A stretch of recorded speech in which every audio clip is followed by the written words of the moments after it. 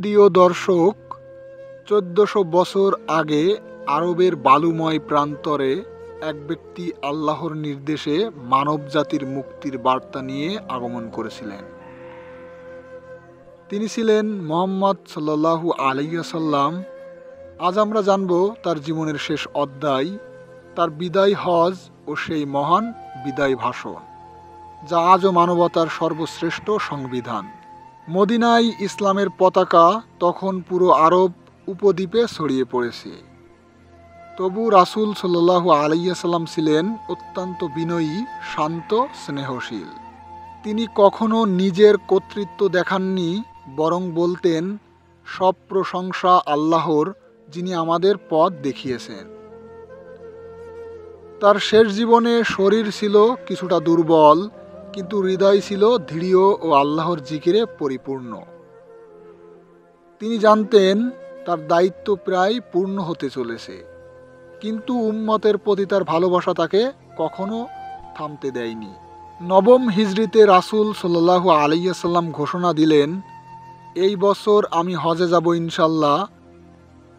এই ঘোষণা শুনে হাজার হাজার সাহাবী মদিনার দিকে ছুটে এলেন। প্রায় 1 লক্ষের বেশি সাহাবী তখন রাসূল সাল্লাল্লাহু আলাইহি ওয়াসাল্লামকে সঙ্গ দিলেন। সেই দৃশ্য ছিল অশ্রু ভেজা। একজন নবী, যিনি 23 বছর ধরে কষ্ট সহ্য করে ইসলাম প্রচার করেছেন, আজ তিনি যাচ্ছেন তার শেষ হজে। রাসূল সাল্লাল্লাহু আলাইহি ওয়াসাল্লাম 9 হিজরির জিলকদ মাসে মদিনা থেকে যাত্রা করেন। সাদা কাপড় পরা, মাথায় ইহরামের চিহ্ন, মুখে আল্লাহর নাম। তিনি উচ্চ কণ্ঠে তলবিয়া পড়তেন, লাব্বাইক আল্লাহুম্মা লাব্বাইক, লাব্বাইক লা শারিকা লা লাব্বাইক। সকল সাহাবী তার পেছনে একই সুরে আওয়াজ তুলতেন। সেই মুহূর্তে মরুভূমি কেঁপে উঠল তাওহীদের ধ্বনিতে। তিনি প্রথমে মক্কায় প্রবেশ করে কাবা শরীফ তাওয়াফ করলেন। চোখ বেয়ে অশ্রু গড়িয়ে পড়ছে, ঠোঁটে দোয়া, হে আল্লাহ, তুমি আমাকে ক্ষমা করো, আমার উম্মতকেও ক্ষমা করো। তারপর মিনাই, আরাফাত, মুজদালিফা সব স্থানেই রাসূল সাল্লাল্লাহু আলাইহি ওয়াসাল্লাম তার উম্মতকে শেখালেন হজের প্রকৃত অর্থ, আল্লাহর একত্বে আত্মসমর্পণ, অহংকার পরিত্যাগ এবং মানবতার প্রতি দয়া। 10 হিজরির 9 জিলহজ আরাফাতের ময়দানে দাঁড়িয়ে রাসূল সাল্লাল্লাহু আলাইহি ওয়াসাল্লাম তার ইতিহাস গড়া বিদায় ভাষণ প্রদান করেন। মুসলমানরা তখন চারিদিক থেকে তাকে ঘিরে আছে, সূর্যতপ্ত কিন্তু হৃদয় ভরা শান্তিতে। রাসূল সাল্লাল্লাহু আলাইহি ওয়াসাল্লাম সাদা উটের উপর বসে এক মহা ভাষণ শুরু করলেন। বিদায় ভাষণের মূল অংশ, হে মানুষ, আমার কথা ভালো করে শোনো, হয়তো এই বছর পর আমি তোমাদের মাঝে থাকব না।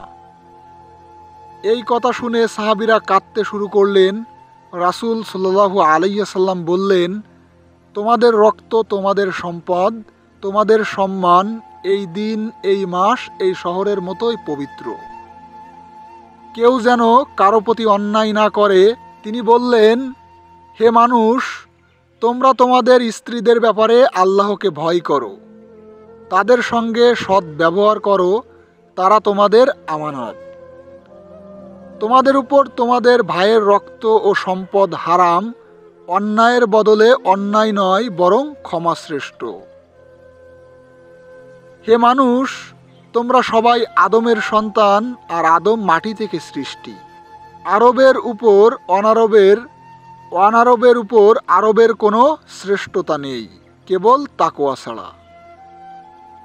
হে মানুষ, শয়তান তোমাদের ধর্ম থেকে হতাশ, কিন্তু ছোট ছোট কাজে সে তৃপ্ত হবে, তাই তার ফাঁদে পা দিও না। আমি তোমাদের মাঝে এমন কিছু রেখে যাচ্ছি, যদি তোমরা তা আঁকড়ে ধরো, কখনো পথভ্রষ্ট হবে না। আল্লাহর কিতাব ও আমার সুন্নাহ। এরপর তিনি আকাশের দিকে আঙ্গুল তুলে 3 বার বললেন, হে আল্লাহ, আমি পৌঁছে দিয়েছি কি? সাহাবীগণ একযোগে বললেন, হ্যাঁ, আপনি পৌঁছে দিয়েছেন। তখন রাসূল সাল্লাল্লাহু আলাইহি ওয়াসাল্লাম আকাশের দিকে তাকিয়ে বললেন, হে আল্লাহ, সাক্ষী থাকুন, এই ছিল মানবজাতির সর্বশেষ ও সর্বোত্তম ভাষণ, যার প্রতিটা শব্দে ছিল আল্লাহর হুকুম, ভালোবাসা ও ন্যায়ের বার্তা। বিদায় হজ শেষে নবীজি সাল্লাল্লাহু আলাইহি ওয়াসাল্লাম মদিনায় ফিরে এলেন। তার মুখে ছিল প্রশান্তি, কিন্তু শরীর ছিল দুর্বল। একদিন তিনি সাহাবীদের বললেন, একজন বান্দার কাছে আল্লাহ দুইটি জিনিস প্রস্তাব করেছেন, দুনিয়ার জীবন অথবা আল্লাহর কাছে ফিরে যাওয়া, আর সেই বান্দা বেছে নিয়েছে আল্লাহর কাছে ফিরে যাওয়া। সাহাবীরা বুঝতে পারলেন নবীজি সাল্লাল্লাহু আলাইহি ওয়াসাল্লাম আমাদের ছেড়ে চলে যাবেন শীঘ্রই। শেষ সময়ে তিনি বলতেন, আমার উম্মত, আমার উম্মত, হে আল্লাহ আমার উম্মতকে ক্ষমা করো। 12 হিজরির রবিউল আউয়াল মাসের 12 তারিখে সোমবার সকালে নবীজি সাল্লাল্লাহু আলাইহি ওয়াসাল্লাম আয়েশা রাদিয়াল্লাহু তাআলা আনহা এর কোলে মাথা রেখে আল্লাহর দিকে তাকিয়ে বললেন, হে আল্লাহ, আমাকে সর্বোচ্চ সঙ্গীর কাছে পৌঁছে দাও। এই বলে তিনি দুনিয়া থেকে বিদায় নিলেন। পুরো মদিনা কেঁপে উঠল কান্নায়। আবু বকর রাদিয়াল্লাহু তাআলা আনহু এসে বললেন, যে মোহাম্মদকে ভালোবাসতো সে জেনে রাখো মোহাম্মদ মারা গেছেন, আর যে আল্লাহকে ভালোবাসে সে জানুক আল্লাহ চিরঞ্জীব। রাসূল সাল্লাল্লাহু আলাইহি ওয়াসাল্লামের জীবন ও তার বিদায় ভাষণ। রাসূল সাল্লাল্লাহু আলাইহি ওয়াসাল্লামের জীবন ও তার বিদায় ভাষণ আমাদের শেখায় মানুষের প্রতি দয়া, অন্যায়ের বিরুদ্ধে দাঁড়ানো এবং আল্লাহর নির্দেশে জীবন পরিচালনা করা। তিনি বলেছেন, আমার পর কোনো নবী আসবে না, তোমরাই সাক্ষ্য দেবে মানবতার জন্য। তাই আজ আমাদের দায়িত্ব তার শিক্ষা, তার দয়া, তার ন্যায় বিচার, তার ভালোবাসা ছড়িয়ে দেওয়া সবার মাঝে।